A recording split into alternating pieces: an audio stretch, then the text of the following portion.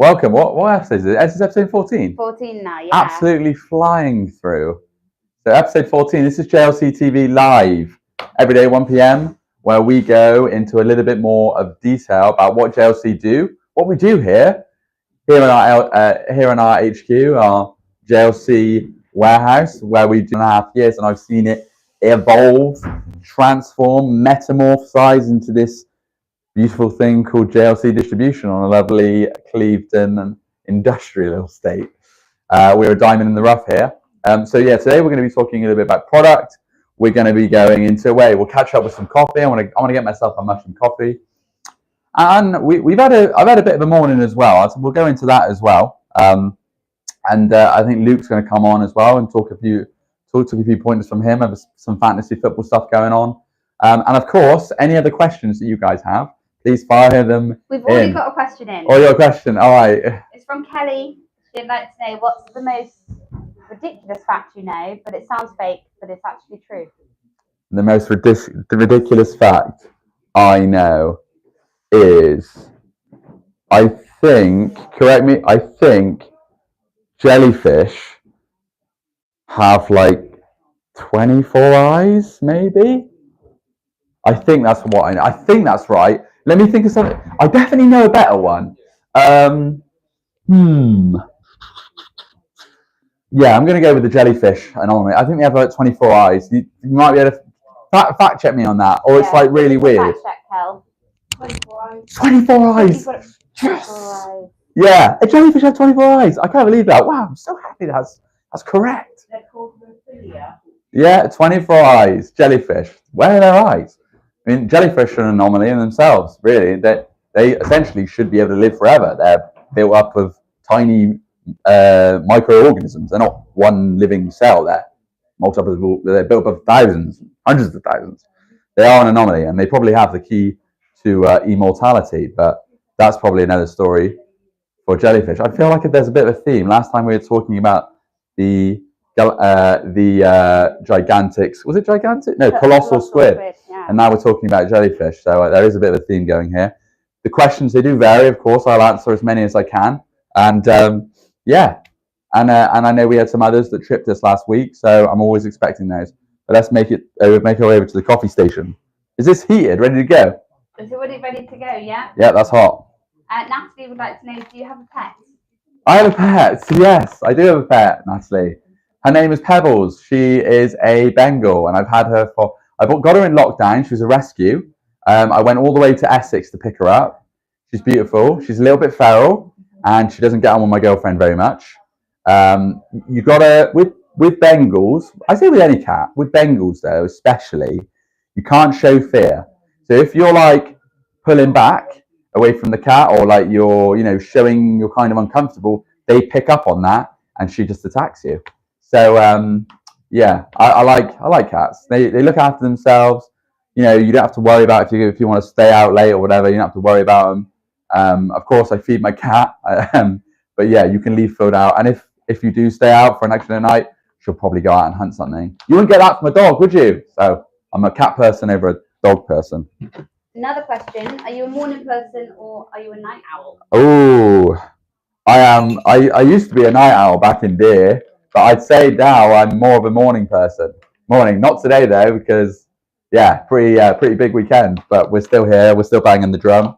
So I would say morning person over night owl for now. But it always changes. I can definitely do a night owl if I need to be. Any other questions or? Do you have any siblings? These are quite friendly, nice, easygoing questions. They're all from Natalie. Oh, that's beautiful. I have a twin sister. I'm 2 minutes old. I'm 30. I'm 33, and she's 33. 2 seconds ago. So, or 2 seconds before. Sorry. So, yeah, known her all my life, and she's been great. She's been good. So we get on. Sometimes we're told like we kind of look the same, but we're not. Like it's she's the girl, obviously I'm the boy. If I had hair, no beard, and obviously that would probably be similar. We have like similar features, but that's the twin embryo kind of thing going on. But thanks for the question. Is it Natalie? Was it? Yeah, Natalie. Loving these questions, Nat. They're super easy. And big fan of the show. Big fan of the show. What else? So what were we talking about? So we've got a bit of products today, guys. If you're just joining us, how many have joined us? Well, we've got 3 people. Crumbs. All right. I get it, guys. Look, and they're probably all upstairs, aren't they? One's down here. Guys, 4 now. 4 yeah, people. 4. All right. Okay. How many likes then? 2 likes. 2. Okay. Fine. Let's make our way over to let's make our way into the familiar warehouse. Kelly wants to know if you've got any nicknames. I have, but I probably shouldn't say them on the show. No, I don't. Actually, do you know what? I did. So when I was younger, I was gifted, very luckily, a square foot of land in Scotland. It was a gift from an ex-girlfriend. And because I have a square foot of land in a place called Kincavel, it basically makes me a laird. So I actually followed this up, and I went to my bank, HSBC, with my title of my deed. And I said, look, I've got a name change. Can I have them change on my cards? And so I gave them my deed. I told them that that's the land. And they went to like his manager went to his manager. And I literally saw them go from office to office to office to office. And then finally they were like, yeah, okay. So yeah, sometimes I get called Laird, L-A-I-R-D, Laird, not Lard, Laird. Laird, the Scottish landowner that owns a square foot of land. Well, more like that, but you know, that's one of my nicknames back in the day. Any other questions? Or any viewers? We've got 6 viewers now. Building. Fantastic. If you could trade places with your pet for the day, what would you do being a cat for the day? What would I do? Okay, so I definitely make use of like how agile she is. She can like climb loads of things, scale some walls, get some like good imagery of the surrounding area. I check out the local competition. Pebs is always getting in fights, so I'll be seeing what these bruises are about. Just what else can you do as a cat? I think they just love chilling out and love sleeping all day, right? I mean, to me, they just seem like quite a relaxing, docile animal. But I mean, I could be wrong. I mean, what she gets up to at night is probably chaos. I expect she fights foxes, all the rest of them. So yeah, probably just for the day I'd do it and just chill and sleep, I think. Any other? That's it? Questions at the moment. That's all right. It's all right. It's okay, guys. All right. I was thinking, I had a bit of a morning this morning. So we had an interview this morning, and it kind of made me think. I was like, wow. I remember my first interview. I remember going through interviews and stuff, and I remember being so focused on, did they like me? Are they going to like me? When really the whole interview process it's a two-way street.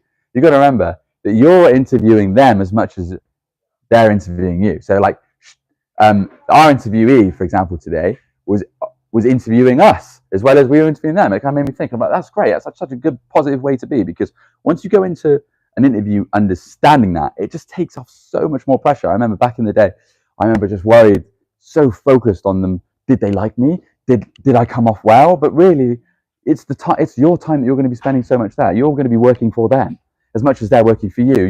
You have to make it so you understand it. Are they a right fit for you? So once you go in with that knowledge, you'll be so much more confident, because right, I'm here to interview you. Obviously, don't come off a bit standoffish, but once you've got that in your head, it might settle. Because I wish somebody told me that back when I used to do an interview. It reminded me of a question.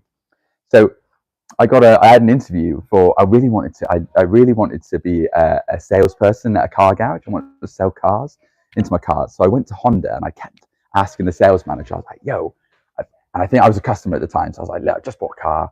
I'd love to sell them. Give me a chance. And I think he threw me a bone. Obviously, he threw me a bone. And he said, all right, come in for an interview, Jack. So I came in for an interview, and I was so excited. I was like, right, yes, this is my time. He's going to love me. And he probably gave me about 5 or 10 minutes. It wasn't even a lot. I think it was more of a courtesy thing. But shout out, he gave me a chance. That's fine.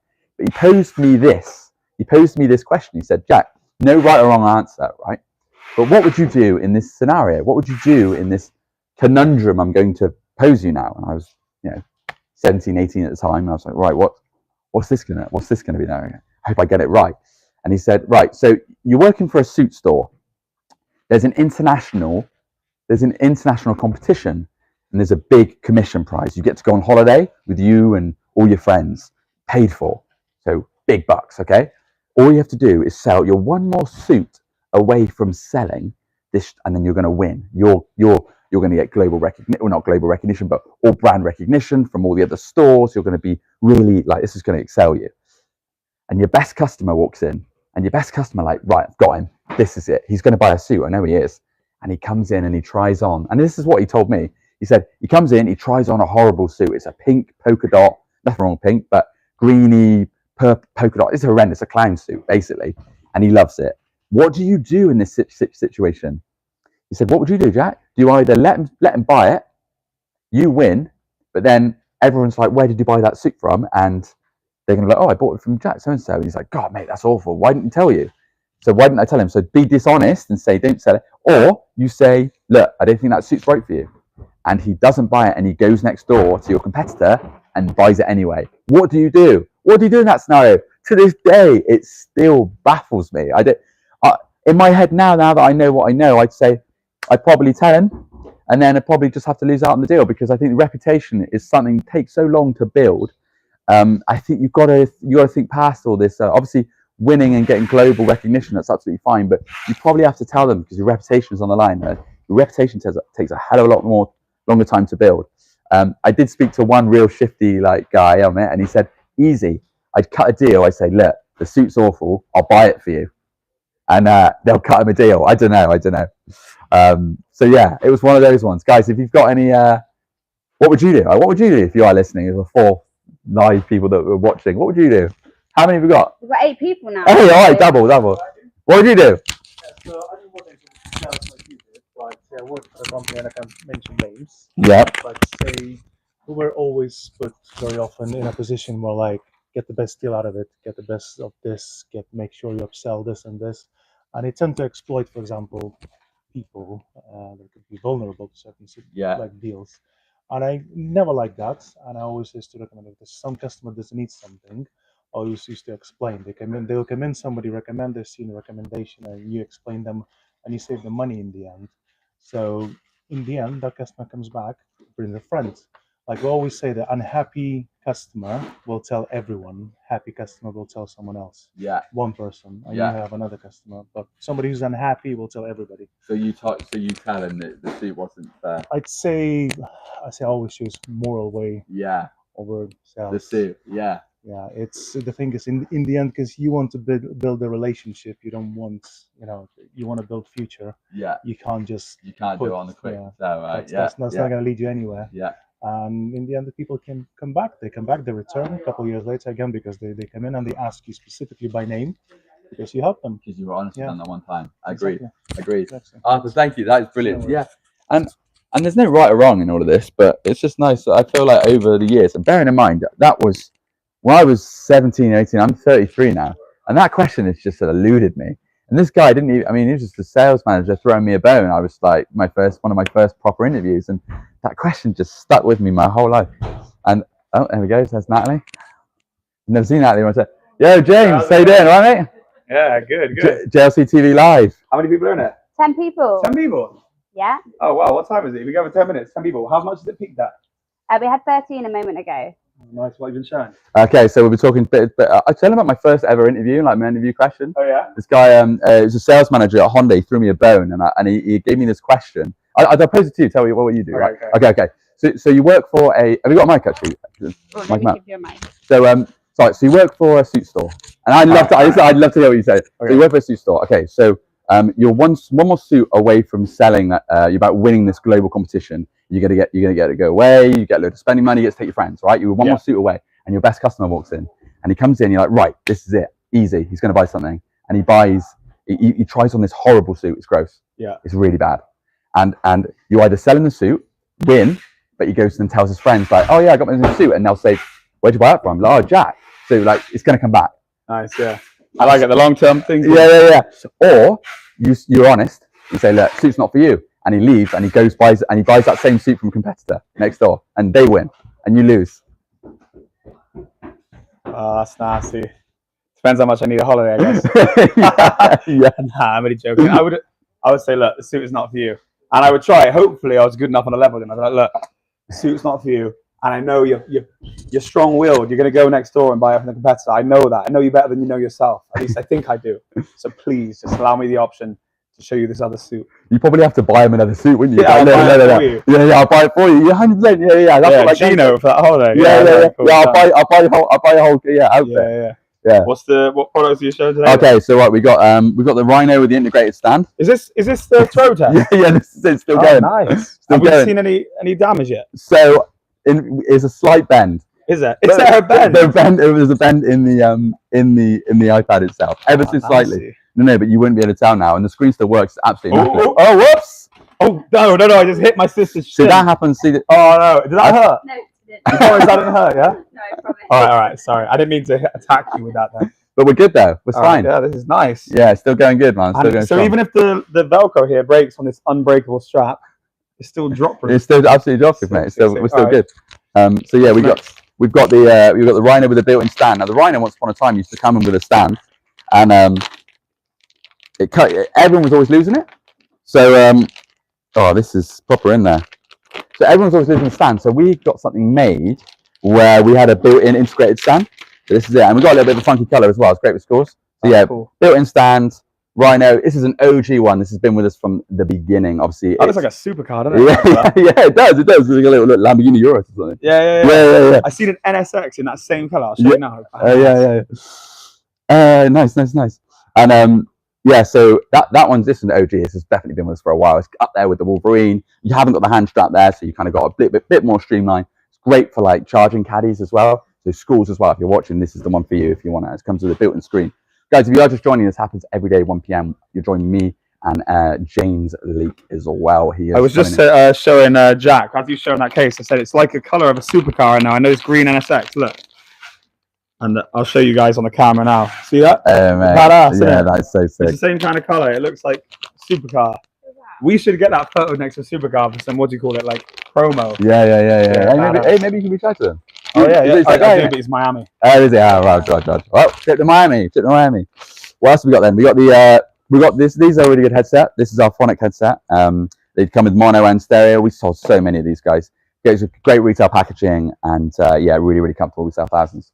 But yeah, that's all good. Is that are they one of your favorites? I would say definitely for like headsets. I would say definitely. I definitely lean more towards these than I do any other headset. We have got a new one actually, Bolt, that's brought on. Josh is championing it. Does it really well. But that's a little bit more in the pricier range. I would say this product is a good happy medium. It takes away a lot of business for our competitors, and we sell absolutely thousands of these, so it's good. I game and I find no matter what headset I get, probably after 3 or 4 hours, it's starting to hurt it. We have a headset, honestly, like pretend the camera wasn't on, and I got invested interest here. But be honest, is there a headset do you reckon that you can get away from that with or not? I would say lean more towards these range. These definitely comfort. Could you do 6 hours on them? Do you reckon and be?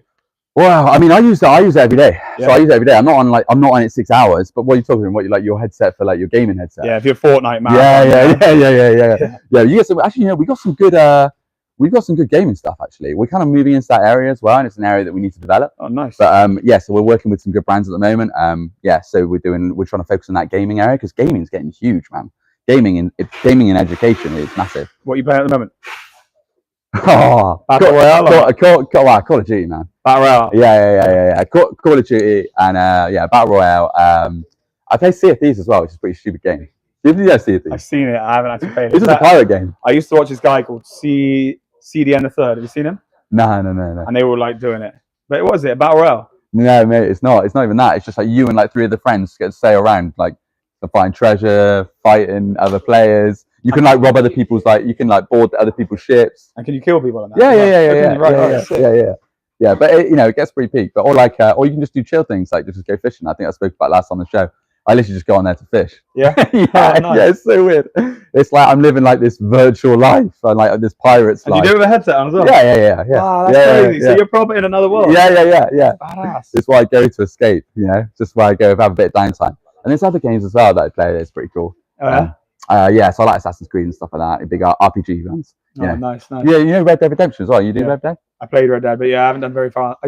I did the story mode on the first one. Story is like a film. Yeah, it's crazy. The graphics are insane. But the most recent one, I think I played like 2 hours, and when you just need to get a groove. But I couldn't get a groove. But I need to just commit to it. Yeah. You do. If you can't just pick it up and play with storyline, otherwise you just get bored. So you've got to get really immersed.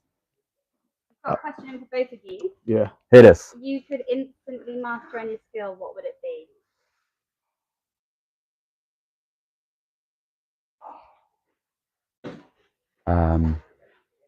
Master any skill.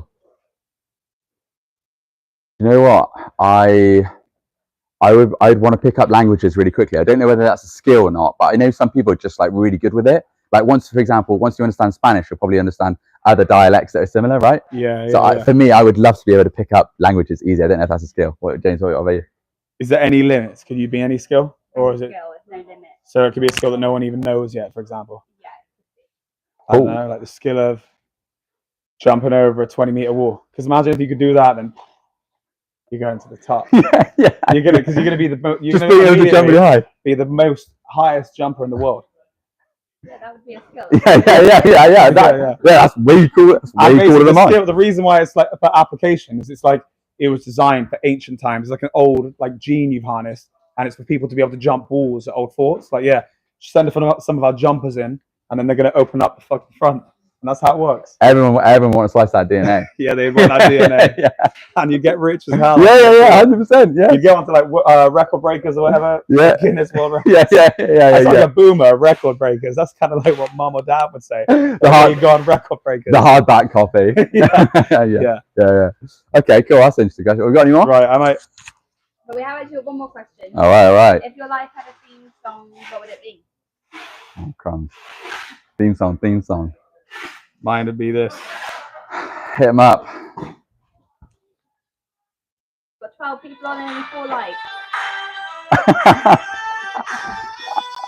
I like it. I'm playing it non-stop right now. Oh yeah, you are. Yeah, I literally walked into the office. He's like playing at like 10, and I was like, oh, it's playing on like full volume. Right, I'll catch you guys later. Right? We'll start watching the live from upstairs. Nice one, man. Sweet, brother. Nice. Cheers. Nice to eye. Over and out. Look at that. We got James Lake. That was live, undocumented. All right, so that was unplanned. James comes back to the office every now and again. He goes from our Mellow office in the Netherlands to the UK as well. How many viewers do we have? We've got 9 viewers and 4 likes. All right, 9 viewers, 4 likes. Okay, guys, let's finish off. What are we on now? 21 minutes. We're 22 minutes. 22 minutes. All right, let's finish off with let's do the live. Although I know James did. Hang on, one question in from Benji. What's the most rewarding part of your job? You know what? For me, you know what? It used to be like obviously the big deals were good fun. I used to get really excited about those. But generally, like for me now, it's like if I see potential and I encourage and try and inspire, so like try and lift everyone up. That sounds super lame, but for me, it's like other people doing well now. Like I feel like I've like gone to a different level now where for me, if I can build up others around me, then I've done my job. That is the most fulfilling thing, 100%. People that are starting from nothing and they're building up. So that for me is what I get out of the job. Of course, don't get me wrong. I love a good deal. And I love the hunt of a new deal. And I love it when a deal comes in and maybe there's nothing on the market right now. So I got up and got to find something. I love like being able to speak to vendors. I'm like, right, there's a new product out there, or we need to find this. The customer's giving me this solution. I got to find something. I just love the hunt. I remember back in the day, whenever I used to get a big deal, like, over like 1,000, 2,000 units, I used to go out and I used to think, oh my God, this deal's so big. And then I used to go out to China and I used to speak to all the suppliers, used to get samples in. That was right, that was wrong. Oh yeah, big time. It was good. I just love the hunt. And I think that's never really left for me. And I think that's a good indicator that I'm obviously in the right position because I love it. I love the thrill of the chase. It's good fun. Benji says he loves that. He loves that you use your skill and experience to help people grow. That's great. Thanks, Benji. Of course, I try and I will try and help as many people as I can. And I'm always here as well, guys. So if anyone's watching, please ask me. I was speaking to someone the other day who I was struggling with a toxic manager. Again, I don't claim to know that I know all the answers, but I've been through a lot and been ups and been downs, and I've been trying to well document that. And the best way that I can do that is try and tell you what I've been through, and I try and help you. But I've been to someone who's dealing with a toxic manager, and the manager was a lot younger than she was, and I think there was a bit of a divide there. And so I was having a chat with her, and I just said, if you're getting those kinds of comments from your manager, always ask for an email trail, because watch them do a U-turn. Or if somebody says something to you passively, or you feel like that's like a bit of a sly remark. I think manager said something about like, oh, her eyelashes not looking, or like looking a bit, I don't know. It was a comment designed to hurt. So anyway, I'd always call them up on it and say, hey, can I pull you to one side and make it serious and say, I'm not sure if you meant it, but for example, that comment, it sounded like you were being like this. I'm sure you weren't. Watch them do a U-turn. Watch them do a U-turn. 100% they'll either double down or they will tell you what they mean. Then at least everyone's honest. Everyone's be on the same page. and get them to follow up an email as well, because I'd like to see that on an email trail. And yeah, I don't know how we got onto that, but that's my little bit of advice to deal with toxic managers. Oh, we're going to throw this, aren't we? Yeah, where are we throwing it today? You're going to throw it. Barry, would you want to throw this? Yeah, let's get Barry on. Barry. He's not been in for a little while. Look at the size of his mug. That's crazy. Real men, Jack. No, grow up, man. Real men. Size matters. Crumbs. Right. Thank you for that. So where would you like us to throw it? Well, we threw it outside. We threw it at the top of the building last week. Last week. Beak on Friday. Yeah, Beak, and it's did bend a little bit, but the screen is still intact. The screen still works. So I'm thinking maybe down one of the aisles, maybe, or maybe just straight. Yeah. Straight up there. Right, you stand at the end and make sure you catch it, though. Okay. Well, I'm catching it. Not catch it, but stop it rolling into. Right. Should we? Oh, nice. All right, guys. We're throwing an iPad. All right. So be careful. Back than that. Oh, you're going for the corner, Ryan? Are you? Bloody yeah. So we try and land over those boxes close to you. Really? All right. Okay. Oh, crumbs! Wow, you threw it like a bowling ball. Okay. Want to keep the same test as we did with the turtle, you see? It doesn't look good. it might be the end of this. Okay.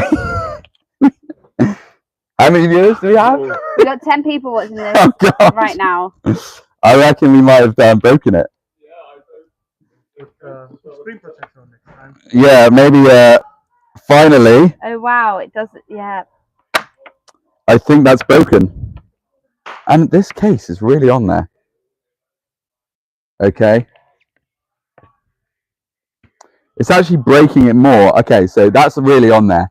But as you can see, the iPad 10.2 has broken, finally. After 14. After 14 attempts, you saw us throw it out of a window. You saw us throw. We've thrown it around here like a frisbee. Barry was the one to break it, not me. So, Barry, eh? But look, we put it up through a lot, and these things that obviously they're not designed to be thrown around like the way that we've been throwing them. It's just designed to be just to drop it. But you know, we knew it was going to happen eventually. Certainly, where that we were throwing it, but it's been a good run. We've had a good run, and I think that's where we'll end. I think, guys, thank you so much. This happens every day at 1 p.m.